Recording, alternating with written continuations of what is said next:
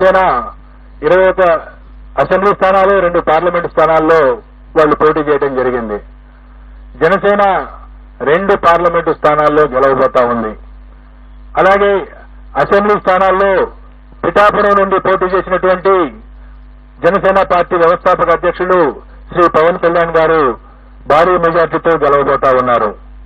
అలాగే ఆ పార్టీలో మరొక ముఖ్య నాయకుడైనటువంటి శ్రీ నాదెండ్ల మనోహర్ గారు గుంటూరు జిల్లా తెనాలి నుండి గెలవబోతా ఉన్నారు. తర్వాత తెలుగుదేశం పార్టీ విషయానికి వస్తే తెలుగుదేశం పార్టీ అధ్యక్షులు రాష్ట్ర మాజీ ముఖ్యమంత్రి నారా చంద్రబాబు నాయుడు గారు కుప్పం నియోజకవర్గం నుండి భారీ మెజార్టీతో గెలవబోతా ఉన్నారు. అలాగే వారి తనయుడు మాజీ మంత్రి శ్రీ నారా లోకేష్ మంగళగిరి నుండి గెలవబోతా ఉన్నారు. అలాగే నటులు శ్రీ నందమూరి బాలకృష్ణ గారు హిందూపురం నియోజకవర్గం నుండి మంచి మెజారిటీతో గెలవబోతా ఉన్నారు. ఈ విధంగా ప్రతిపక్ష పార్టీలకు సంబంధించి ముఖ్య నాయకుల విషయాన్ని చూసుకున్న తర్వాత ఆంధ్రప్రదేశ్ అధికారంలో ఉన్నటువంటి వైఎస్ఆర్ కాంగ్రెస్ పార్టీ యొక్క మంత్రివర్గంలో అనేక మంది మంత్రివర్గ సభ్యులు తీవ్రమైనటువంటి పోటీ ఎదుర్కొంటున్నారు. కొద్దిమంది ఓటమి చవిచూడబోతా ఉన్నారు. ఇందులో ముఖ్యంగా మనం ఆంధ్రప్రదేశ్ ముఖ్యమంత్రి శ్రీ వైఎస్ జగన్మోహన్ రెడ్డి గారు పులివెందుల అసెంబ్లీ నియోజకవర్గం నుండి భారీ మెజార్టీతో గెలవబోతా ఉన్నారు. అలాగే సిదిరి అప్పలరాజు గారు ప్రస్తుత మంత్రి పలాస నుండి ఓటమి చవిచూడబోతా ఉన్నారు. అలాగే ధర్మాన ప్రసాదరావు గారు శ్రీకాకుళం అసెంబ్లీ నియోజకవర్గం నుండి వారు గట్టి పోటీ ఎదుర్కోబోతున్నారు. నేను ఎక్కడైతే గట్టి పోటీ అని సంబోధిస్తానో అక్కడ మా మార్జిన్ ఆఫ్ ఎర్రర్ ఏదైతే ఉంటుందో +or-3% కు లోబడి ఫలితం ఉండే అవకాశం ఉంటుంది. కాబట్టి +or-3% ఉన్న దగ్గర నేను గట్టి పోటీ అని సంబోధించడం జరుగుతుంది. అలాగే పీడిక రాజన్న దొర సాలూరు అసెంబ్లీ నియోజకవర్గం నుండి గెలుపొందబోతా ఉన్నారు. అలాగే బొత్స సత్యనారాయణ గారు ప్రస్తుత మంత్రి మాజీ పిసిసి అధ్యక్షులు చీపురుపల్లి అసెంబ్లీ నియోజకవర్గం నుండి మంచి మెజారిటీతో గెలుపొందబోతా ఉన్నారు. అలాగే గుడివాడ అమర్నాథ్ గారు రాష్ట్ర ఐటీ శాఖ మంత్రులు గుడివాడ అమర్నాథ్ గారు గతంలో అనకాపల్లి నుండి ప్రాతినిధ్యం వహించారు. ప్రస్తుతం గాజువాక నుండి పోటీ చేస్తున్నారు. వారు ఓటమి చవిచూడబోతా ఉన్నారు. అలాగే పినిపే విశ్వరూప్ గారు వారు అమలాపురం శాసనసభ నుండి పోటీ చేస్తున్నారు. వారు గెలవబోతా ఉన్నారు.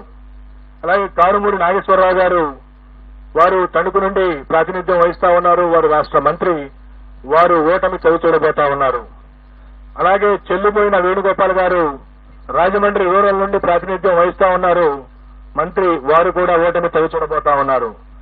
దాడిశెట్టి రాజా వారు తుని అసెంబ్లీ నియోజకవర్గం నుండి ప్రాతినిధ్యం వహిస్తా ఉన్నారు. వారు గెలవబోతా ఉన్నారు. అలాగే కొట్టు సత్యనారాయణ రాష్ట్ర దేవాదాయ ధర్మాదాయ శాఖ మంత్రులు వారు తాడేపల్లిగూడెం నుండి వారు పోటీ చేసి ఉన్నారు. వారు ఓటమి చవిచూడబోతా ఉన్నారు. అలాగే శ్రీమతి తానేటి వనిత ప్రస్తుత ఆంధ్రప్రదేశ్ యొక్క హోంశాఖ మంత్రులు వారు గోపాలపురం నుండి గెలవబోతా ఉన్నారు స్వల్ప ఆధిక్యతతో. అలాగే జోగి రమేష్ గారు ప్రస్తుత రాష్ట్ర మంత్రి.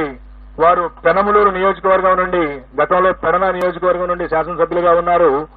ఈ ఎన్నికల కోసం పెనమలూరు నుండి పోటీ చేశారు. వారు గట్టి పోటీ ఎదుర్కొనబోతా ఉన్నారు. అలాగే అంబటి రాంబాబు గారు గుంటూరు జిల్లా ఇప్పటి పల్నాడు జిల్లా సత్తెనపల్లి నియోజకవర్గం నుండి ప్రాతినిధ్యం వహిస్తున్నారు. రాష్ట్ర జలవనరుల శాఖ మంత్రులు. వారు గట్టి పోటీ ఎదుర్కొనబోతా ఉన్నారు. అలాగే శ్రీమతి విడుదల రజని గతంలో చిలకలూరుపేట నియోజకవర్గం నుండి ప్రాతినిధ్యం వహించారు. ప్రస్తుతం గుంటూరు పశ్చిమ నియోజకవర్గం నుండి పోటీ చేస్తున్నారు. వారు గట్టి పోటీ ఎదుర్కొంటున్నారు. స్వల్ప తేడాతో ఓటమి చవిచూసే అవకాశం ఉంది. శ్రీ మేరుగ నాగార్జున గారు గతంలో గుంటూరు జిల్లా వేమూరు నియోజకవర్గం నుండి ప్రాతినిధ్యం వహించారు. ప్రస్తుతం ప్రకాశం జిల్లా సంతనూతలపాడు నుండి పోటీ చేస్తున్నారు. వారు గట్టి పోటీ ఎదుర్కొంటున్నారు. వారు స్వల్ప ఆధిక్యతతో గెలిచేటువంటి అవకాశం ఉంది. అలాగే ఆదిమూలపు సురేష్ గారు గతంలో విద్యాశాఖ మంత్రిగా పట్టణాభివృద్ధి శాఖ మంత్రిగా పనిచేస్తున్నారు. వారు ప్రస్తుతం కొండేపి అనేటువంటి నియోజకవర్గం నుండి పోటీ చేస్తున్నారు. వారు స్వల్ప ఓట్ల తేడాతో ఓటమి చవిచూసే అవకాశం ఉంది. అలాగే కాకాని గోవర్ధన్ రెడ్డి గారు ప్రస్తుత రాష్ట్ర వ్యవసాయ శాఖ మంత్రులు సర్వేపల్లి నుండి పోటీ చేస్తా ఉన్నారు. వారు గెలిచేటువంటి అవకాశం ఉన్నది. అలాగే బుగ్గన రాజేంద్రనాథ్ రెడ్డి గారు ఆర్థిక శాఖ మంత్రులు వారు కర్నూలు జిల్లా డోన్ నుండి ప్రాతినిధ్యం వహిస్తా ఉన్నారు. వారు గెలిచే అవకాశం ఉన్నది. అలాగే కె అమ్జద్ బాషా గారు రాష్ట్ర ఉప ముఖ్యమంత్రి కడప అసెంబ్లీ నియోజకవర్గం నుండి పోటీ చేస్తా ఉన్నారు. వారు ఈ ఎన్నికల్లో స్వల్ప ఆధిక్యతతో గెలిచే అవకాశం ఉన్నది. శ్రీ పెద్దిరెడ్డి రామచంద్రారెడ్డి గారు సీనియర్ మంత్రివర్యులు పొంగనూరు అసెంబ్లీ స్థానం నుండి ప్రాతినిధ్యం వహిస్తా ఉన్నారు. వారు ఈ ఎన్నికల్లో భారీ మెజార్టీతో గెలిచేటువంటి అవకాశం ఉన్నది. అలాగే శ్రీమతి ఉషశ్రీ చరణ్ అనంతపురం జిల్లా పెనుగొండ నుండి పోటీ చేస్తా ఉన్నారు. వారు అతి స్వల్ప తేడాతో ఓటమి చవిచూసేటువంటి అవకాశం ఉన్నది. అలాగే గుమ్మనూరు జయరాం గారు వారు వైఎస్ఆర్ కాంగ్రెస్ పార్టీ వైఎస్ జగన్మోహన్ రెడ్డి గారి మంత్రివర్గంలో మంత్రిగా ఉంటూ సీట్ల సర్దుబాటులో వైఎస్ఆర్ కాంగ్రెస్ పార్టీ నుండి బయటికి వెళ్లి తెలుగుదేశం పార్టీలో చేరి అనంతపురం జిల్లా గుంతకల్లి నుండి పోటీ చేయడం జరిగింది. తెలుగుదేశం పార్టీ అభ్యర్థిగా వారు గుంతకల్లి నుండి ఓటమి చవి చూడనున్నారు. అలాగే శ్రీమతి ఆర్కే రోజా ప్రముఖ సినీ నటి అండ్ మంత్రివర్యురాలు వారు చిత్తూరు జిల్లా నగరి నియోజకవర్గం నుండి ఓటమి చవి చూడబోతా ఉన్నారు. అలాగే మరికొన్ని కీలకమైనటువంటి నియోజకవర్గాల యొక్క ప్రస్తావన కూడా చేయాలి. అచ్చెన్నాయుడు గారు తెలుగుదేశం పార్టీ యొక్క రాష్ట్ర అధ్యక్షులు, ఆంధ్రప్రదేశ్ అధ్యక్షులు, వారు టెక్కలి నియోజకవర్గం నుండి స్వల్ప ఆధిక్యతతో విజయం సాధించబోతా ఉన్నారు.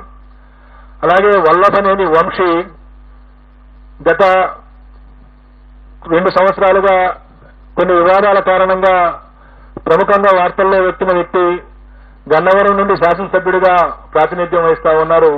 ఈసారి కూడా వల్లభనేని వంశీ గన్నవరం నుండి గెలుపొందనున్నారు. అలాగే తమ్మినేని సీతారాం గారు ఆముదాల వలస నుండి ప్రాతినిధ్యం వహిస్తా ఉన్నారు. వారు ఆంధ్రప్రదేశ్ శాసనసభ స్పీకర్ గా ఉన్నారు. వారు కొద్ది ఓట్ల తేడాతో ఓటమి చవిచూసేటువంటి అవకాశం ఉన్నది. అలాగే రఘురామకృష్ణరాజు గారు, కనుమూరి రఘురామకృష్ణరాజు గారు ప్రస్తుతం నర్సాపురం నుండి ఎంపీగా ఉంటూ ఇటీవల తెలుగుదేశం పార్టీలో చేరి ఉండి నుండి శాసనసభకు పోటీ చేయడం జరిగింది. వారు ఉండి నుండి గెలుపొందబోతా ఉన్నారు. అలాగే బూడి ముత్యాల నాయుడు గారు వారు ప్రస్తుతం ఆంధ్రప్రదేశ్ ఉప ముఖ్యమంత్రిగా ఉన్నారు. వారు అనకాపల్లి నుండి గతంలో వారు మాడుగుల నుండి శాసనసభ్యులుగా ఉన్నారు. ఈ ఎన్నికల్లో అనకాపల్లి నుండి పార్లమెంటు సభ్యులుగా పోటీ చేస్తున్నారు. వారు భారతీయ జనతా పార్టీ అభ్యర్థి సీఎం రమేష్ చేతిలో ఓటమి చవిచూడనున్నారు.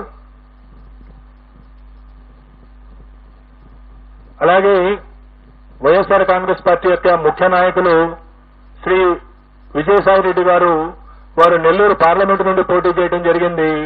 వారు నెల్లూరు పార్లమెంటు నుండి ఓటమి చవిచూడబోతా ఉన్నారు.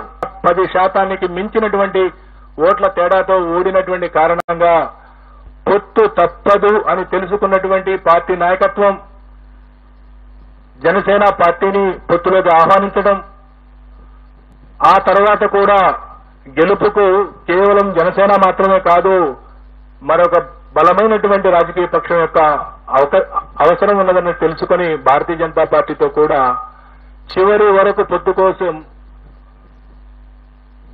కోసం ప్రయత్నం చేసి భారతీయ జనతా పార్టీని కూడా పొత్తులో కలుపుకున్నటువంటి పరిస్థితిని రాష్ట్ర ప్రజలందరూ చూశారు. ఒకవైపు ఈ రాష్ట్ర ముఖ్యమంత్రి వైఎస్ఆర్ కాంగ్రెస్ పార్టీ అధ్యక్షుడు వైఎస్ జగన్మోహన్ రెడ్డి సంక్రాంతి నాటికే అభ్యర్థుల్ని 90% మందిని ప్రకటించేసి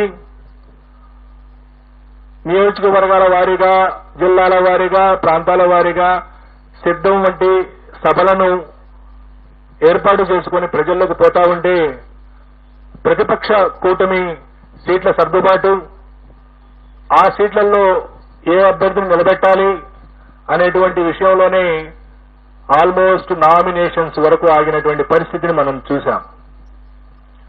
అదే కాకుండా గత 5 సంవత్సరాల్లో కరోనా కాలాన్ని తీసివేయగా మిగతా కాలంలో ఈ రాష్ట్ర ప్రభుత్వం అవలంబించినటువంటి నూతన విధానాలు, వాలంటీర్ వ్యవస్థ ద్వారా ప్రతి ఇంటి గడప వద్దకు ప్రభుత్వ సేవలను చేర్చడం ఏదైతే ఉందో, ఇది నేను గతంలో కూడా చెప్పాను.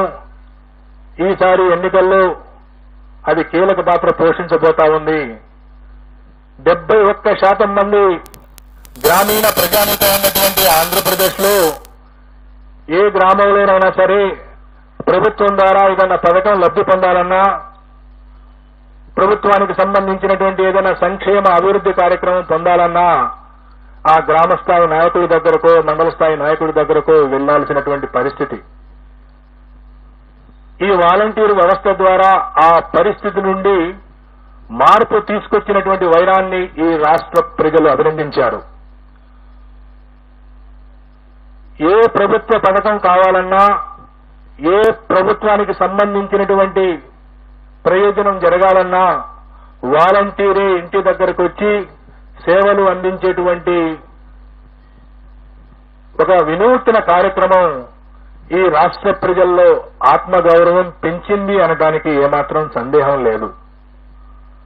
దానితో పాటు గతంలో ఉన్న 31 లక్షల పెన్షన్దారులను 64 లక్షలకు పెంచడం, గత ప్రభుత్వం కేవలం చివరి 2 నెలల్లో ఇచ్చినటువంటి 2,000 రూపాయలతో పోల్చుకుంటే ఈ 5 సంవత్సరాల పాటు 2,000 రూపాయల నుండి 3,000 రూపాయలకు పెన్షన్ ఇవ్వటం, దీంతో పాటు గ్రామ సచివాలయ వ్యవస్థ ద్వారా అనేక రకాల ప్రభుత్వ ప్రయోజనాలను మన గ్రామం వద్దకే తీసుకొచ్చారనేటువంటి భావన గ్రామీణ ప్రాంత ప్రజల్లో పెరగటం, వీటన్నిటికి మించి ప్రతి 2 నెలలకు 3 నెలలకు మహిళల ఖాతాల్లో ప్రభుత్వం జమ చేస్తున్నటువంటి వేలాది రూపాయలు గ్రామీణ ఆర్థిక వ్యవస్థ విషయంలో గ్రామీణ ప్రజానీకం ఆర్థికంగా వారికి వెసులుబాటు కల్పించే విషయంలో ఈ ప్రభుత్వం విజయం సాధించింది. ఈ ప్రభుత్వానికి సుమారుగా 56% మంది మహిళలు తిరిగి ఎన్నుకోవడానికి మొన్న ఓటు వేశారు. ఈ రాష్ట్రంలో ఉన్నటువంటి అన్ని వర్గాల మహిళల్లో ఎస్సీ, ఎస్టీ, బీసీ, మైనార్టీలు అనేది కాదు, ఓవరాల్ గా మహిళల్ని శాంపిల్ గా తీసుకుంటే 56% మంది మహిళలు ఈ పార్టీకి, వైఎస్ఆర్ కాంగ్రెస్ పార్టీకి ఓటు వేసినటువంటి పరిస్థితి. కేవలం 42% మంది మాత్రమే తెలుగుదేశం పార్టీ కూటమికి మహిళల్లో ఓటు పడింది. అలాగే పురుషుల్లో ఎన్డీఏ కూటమి ఆధిక్యత సాధించింది. సుమారుగా మహిళల్లో 13 నుండి 14% వైఎస్ఆర్ కాంగ్రెస్ పార్టీ ఆధిక్యత సాధిస్తే, పురుషుల్లో వైఎస్ఆర్ కాంగ్రెస్ పార్టీ కేవలం 45.35% పరిమితమైంది.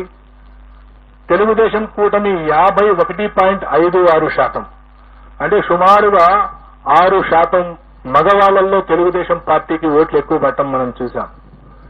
ఒకవైపు రాష్ట్రంలో మహిళల సంఖ్య ఎక్కువగా ఉండటం, మొన్న జరిగిన ఎన్నికల్లో 4,78,000 ఓట్లు, సుమారుగా 1.43% మంది మహిళలు పురుషుల కంటే అదనంగా ఓటు వేయటం, ఆ అదనంగా ఓటు వేసినటువంటి మహిళల్లో సుమారుగా 56% మంది వైఎస్ఆర్ కాంగ్రెస్ పార్టీకి ఓటు వేయడంతో పాటుగా వైఎస్ఆర్ కాంగ్రెస్ పార్టీకి వెన్నుదన్నుగా నిలిచినటువంటి ఎస్సీ, ఎస్టీ, మైనారిటీ వర్గాలతో పాటుగా ఈ గత 4 ఏళ్లుగా ఈ ప్రభుత్వం అనుసరించినటువంటి అనేక అభివృద్ధి, గ్రామీణ ప్రాంతాల్లో అభివృద్ధి, అలాగే సంక్షేమ కార్యక్రమాలు, డైరెక్ట్ బెనిఫిట్ స్కీమ్స్ కారణంగా బీసీలలో కూడా వైఎస్ఆర్ కాంగ్రెస్ పార్టీ గణనీయమైనటువంటి ఓట్లు సాధించింది.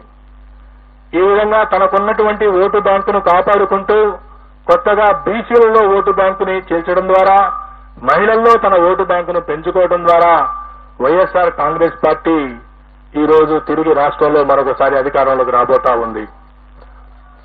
వైఎస్ఆర్ కాంగ్రెస్ పార్టీ ఆంధ్రప్రదేశ్ లో మే 13వ తేదీన జరిగినటువంటి ఎన్నికల్లో 49.41% ఓట్లను సాధించి 94 నుండి 104 అసెంబ్లీ స్థానాల్లో గెలవబోతా ఉంది. అలాగే తెలుగుదేశం పార్టీ కూటమి 47.55% ఓట్లను సాధించి కేవలం 71 నుండి 81 స్థానాలకు పరిమితం కాబోతా ఉంది. ఇతర పార్టీలు ఇండిపెండెంట్ అభ్యర్థులు 3.04% ఓట్లకు పరిమితం కాబోతా ఉన్నాయి. సుమారుగా 2% ఓట్ల ఆధిక్యతతో తెలుగుదేశం పార్టీ కూటమి కంటే సుమారుగా 20-25 స్థానాల్లో వైఎస్ఆర్ కాంగ్రెస్ పార్టీ ఆధిక్యత సాధించి మరొకసారి ప్రభుత్వాన్ని ఏర్పాటు చేయబోతా ఉంది. అలాగే పార్లమెంటు విషయానికొస్తే ఆంధ్రప్రదేశ్ లో ఉన్నటువంటి 25 పార్లమెంటు స్థానాల్లో 48.29% ఓట్లను సాధించి వైఎస్ఆర్ కాంగ్రెస్ పార్టీ 13 నుండి 15 పార్లమెంటు స్థానాలను గెలవబోతా ఉంది. అలాగే తెలుగుదేశం కూటమి 47.68 ఓట్ల శాతాన్ని సాధించి 10 నుండి 12 పార్లమెంటు స్థానాల్ని గెలవనున్నది. 4.03% ఓట్లు కాంగ్రెస్ పార్టీ మరియు ఇతర పార్టీలకు లభించినాయి. ఏ పార్టీకి కూడా ఇంకా వేరే పార్టీలకు సీట్లు లభించేటువంటి అవకాశం లేదు. కడప పార్లమెంటు నుండి పోటీ చేసినటువంటి శ్రీమతి షర్మిల గారు అక్కడ గణనీయమైనటువంటి ఓట్లు పొందుతున్నప్పటికీ అక్కడ గెలిచే పరిస్థితి లేదు. వారికి అక్కడ డిపాజిట్ కూడా దక్కేటువంటి పరిస్థితి లేదు. ఆవిడ సుమారు 12% ఓట్లకి పరిమితం కాబోతా ఉన్నది. ఈ విధంగా